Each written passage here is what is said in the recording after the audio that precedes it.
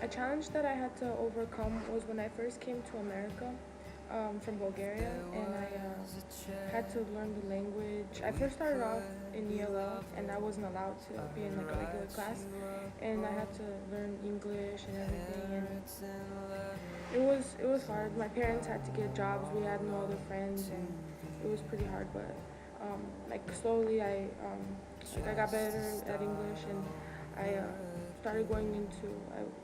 After 2 months, they put me into a regular second grade class. At the time, I was in second grade, and I started moving. Everything got easier. We moved here to Las Vegas.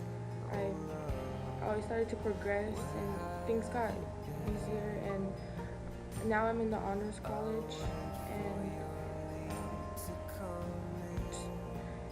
everything's a lot better now. I mean, if I had to stay in Bulgaria, like I was before, I don't think I'd be in the position that I am now, because there's a lot more opportunities here in America, and the fact that my parents chose to come here, we did have to go.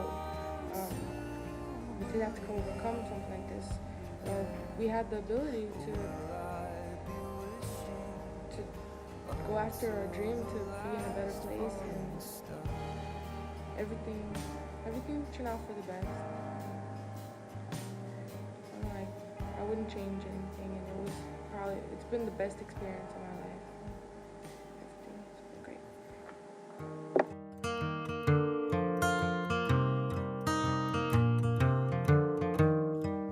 Okay, so my sophomore year of high school, I was just barely 14 years old, and my dad had been working on this house that they bought for 3 years already, and my mom and him worked together in real estate, and she was working by herself like 10 hours a day just because he was working on this project daily.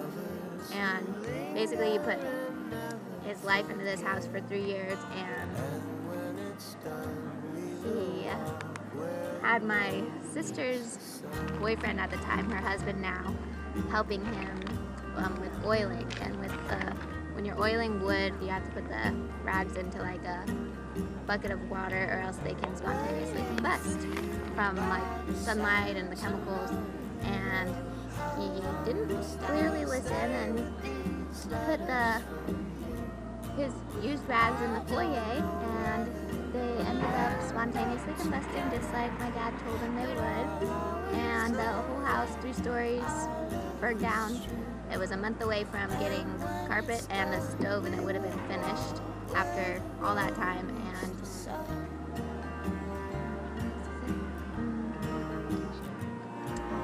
And it was the day of my brother and our sophomore orientation in high school, and my mom and sister left in the middle of the night when my dad called and was watching the fire in shock and said, "The house is on fire, it's burning down the 3 stories, and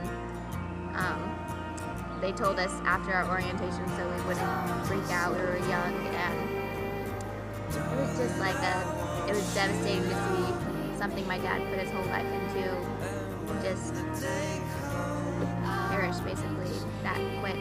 And so, being that it was my brother-in-law now that was responsible for the fire initially, my whole family, including my dad, who basically employed him, we all realized that we had the ability to forgive.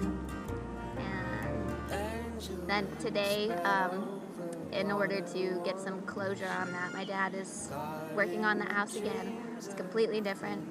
The only story that survived was the bottom floor, so it's gonna be different, but it's his closure and it's a way of him healing. So, and he's got the ability to overcome things. So my dad has the ability to overcome.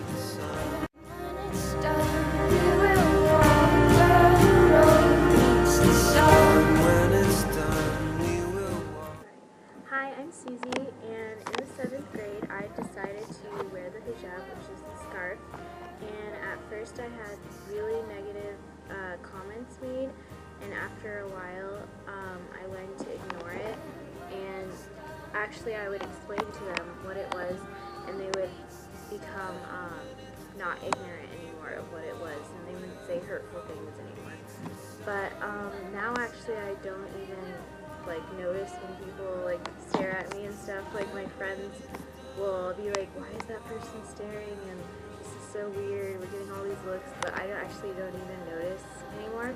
And it's probably because I've had the ability to overcome like noticing and being self-conscious about my religion and stuff like that. So